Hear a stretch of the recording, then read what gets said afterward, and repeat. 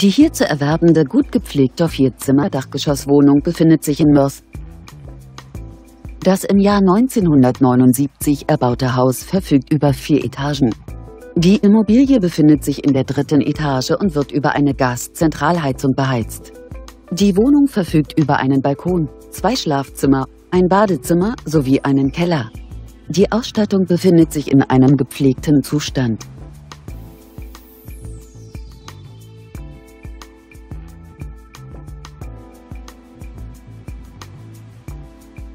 Bei einer Wohnfläche von ca. 100 Quadratmetern beläuft sich der Kaufpreis dieser Dachgeschosswohnung auf 159.000 €. Kontaktieren Sie uns.